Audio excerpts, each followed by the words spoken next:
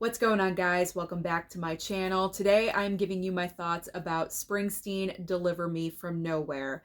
This is the biopic, obviously, of Bruce Springsteen, and I was very much looking forward to watching this because when it comes to biopics and true stories, I am a major fan. And when it comes to Bruce Springsteen, I honestly don't know that much about him on a personal level. I know him as the musician Bruce Springsteen. I know him for some of his songs, not all of them, but the major hits. But as far as the personal, the backstory, I know nothing. And that was the main reason why I was looking forward to the film. The other reason was because of Jeremy Allen White. I love him on The Bear. I loved him in The Iron Claw. And so when he was cast as Bruce Springsteen, I was kind of hesitant just a little bit because, in my opinion, he doesn't really look like Bruce Springsteen all that much. I mean, I guess that isn't so much important, but it's definitely some kind of an element. You do want your star to look like the celebrity that you are portraying on screen. But they did some adjustments. They obviously did colored contacts for his eyes, and they styled his hair a certain way, so it was passable. But as far as his acting skills, Jeremy Allen White was a great choice to play Bruce Springsteen. Now, the focus of the film is not your traditional biopic story where it's the rise of the star, all of the money and the fame thrown at you, and then something happens where the celebrity goes on a downfall, and then a redemption story. That's usually, the prototype for a biopic film. That is not what is happening in Springsteen, Deliver Me from Nowhere. The film really focuses in on a certain amount of time where Bruce Springsteen is not yet the star that we know him as today, because that really happened with the debut of Born in the USA. That catapulted him into the stratosphere. When we see him in the film, yes, he has released, I believe, one album, and in the movie he's working on another one, but he's not yet a super celebrity. He can walk around the streets of New Jersey, no problem. No one bothers him. He feels comfortable, and he knows that he's about ready to go to the next level. And I feel like that's also something that's kind of scaring and bothering him, because he kind of likes to be able to walk around with people and go to the local diner and hang out with the local people. And it's really no issue, no problem.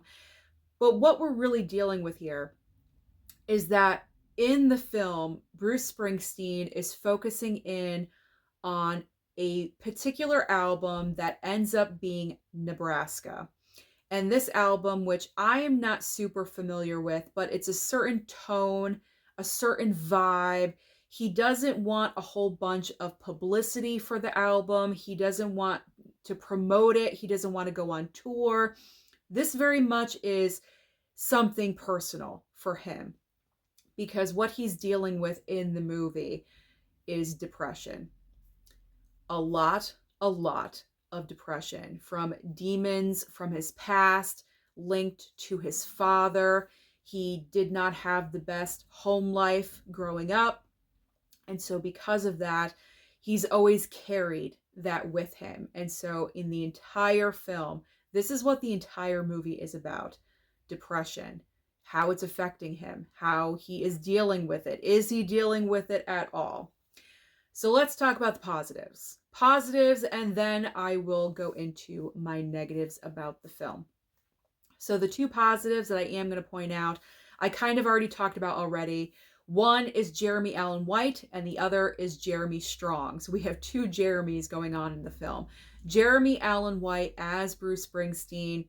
As I mentioned, I wasn't totally confident with that casting choice at first, but ultimately when the film was done, I feel like he was the right actor to portray this, because he is just so skilled. Jeremy Allen White, he has a range of acting skills, and he shows not necessarily the happiness in this movie. There's a little bit of happiness for him because there's also a romantic interest in the film.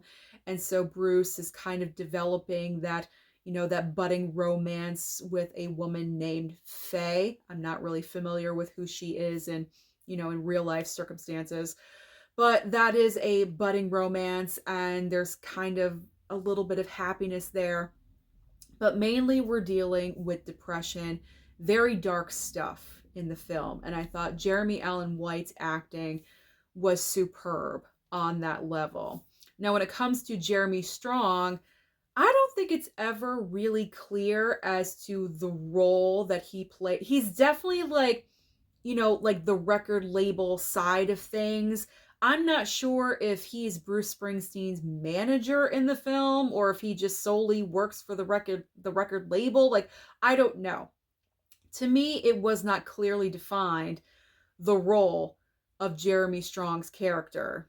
Do you know what I'm saying? Like it just wasn't like, oh, he's the manager, he's the agent, or it was never said, never mentioned. If it was, I missed it, unfortunately. But he's on Bruce's side. He's definitely on Bruce's side. He's not like the evil part of the record label where it's just, get out this album, that's all we care about. He cares about Bruce. He cares about him. He cares about his mental health and what he's dealing with. And he only wants him to be healthy so that way he can go out there and be, the songwriter, the performer, the musician that he knows that he could be. He absolutely does care about him. So these two performances were absolutely the standouts of the film. There has been kind of a little bit of award season conversation throwing out these two names for potential Oscar nominations. But after seeing the film, even though I enjoyed the performances, I don't think they're at the level of Academy Award nominations. Like, I don't see Jeremy Allen White's performance as Bruce Springsteen to be on the same level as Timothée Chalamet as Bob Dylan.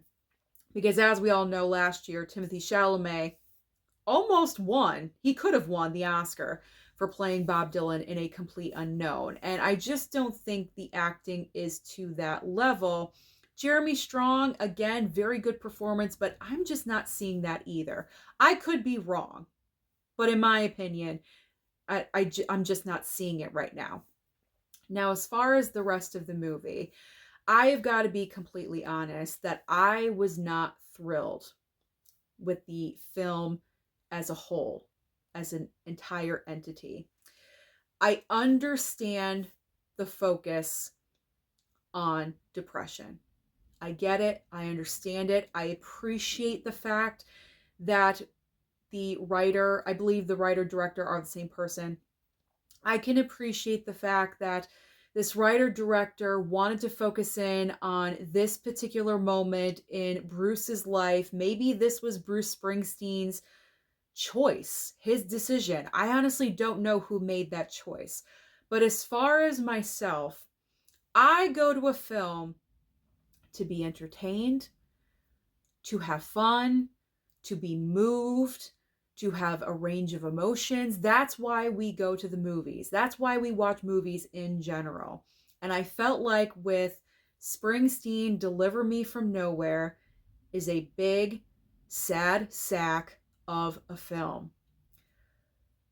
I feel like the movie could have been redeemed in some way if they did really want to focus in on the depression, and they do, trust me.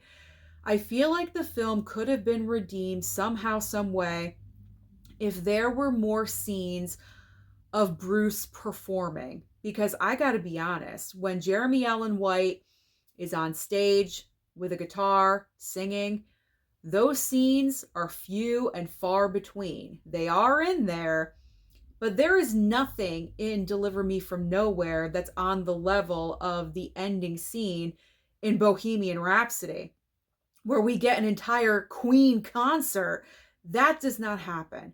There is like no big, huge concert scene with Bruce Springsteen and his band. There is like one little moment in there, but it's nothing to the caliber of what I expected. And the reason why I'm saying I expected that is because look at the poster next to me. I feel like this movie had a lot of misleading marketing and advertising, because when you see this poster, you think you're going to see some scenes with Jeremy Allen White as Bruce Springsteen on stage with the band, balls to the wall, singing the hit songs, and it's going to be a great time. And then there's going to be some personal stuff in between. No, that does not happen. The majority of this film, 95% of it, is so depressing and sad. It overtakes the entire film, and it dragged me down as I was watching it.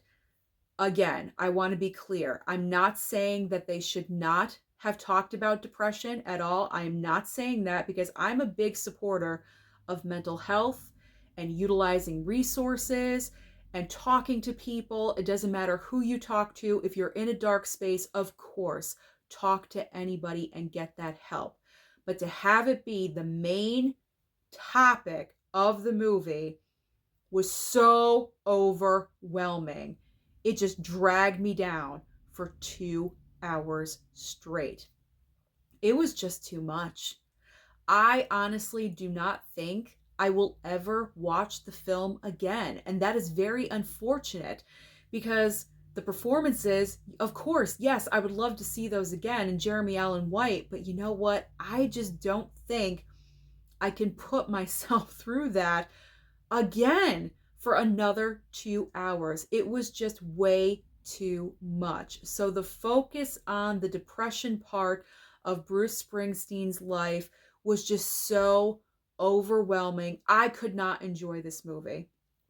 I just couldn't. And that's why, in my opinion, I feel like Springsteen, Deliver Me from Nowhere is on the lower end of biopics for me, because the fact that I just don't think I can watch this film ever again. And that's what I really, really hate about it. Because of course, now that I know that this is what the movie is about the entire time, pretty much from beginning to end, I would like to give it a chance, but I don't know if I can. So if you are thinking about going to see Springsteen Deliver Me from Nowhere, just be aware. This is a very serious film. This is not, oh, we're dealing with serious topics and then we're going to have a concert for a half hour and then we're going to go back to something. That is not what this movie is.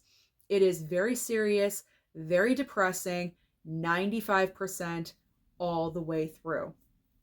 Again, I'm not really sure why they decided to focus on this particular point of Bruce's life, because you would think Bruce Springsteen has had such an amazing career. We could have taken a couple side trips and gotten out of the depression just a little bit, but they just did not decide to do that. So for me, it just did not work. I ended up giving this film a 2-star out of 5. I did not even give it a heart, because of the fact that I'm not sure I'm ever going to watch the film again. So comment down below and let me know your personal opinions about Springsteen Deliver Me from Nowhere. Did you love this film? Did you hate it? Let's start a conversation. Don't forget to like and subscribe before you leave, and I'll see you next time.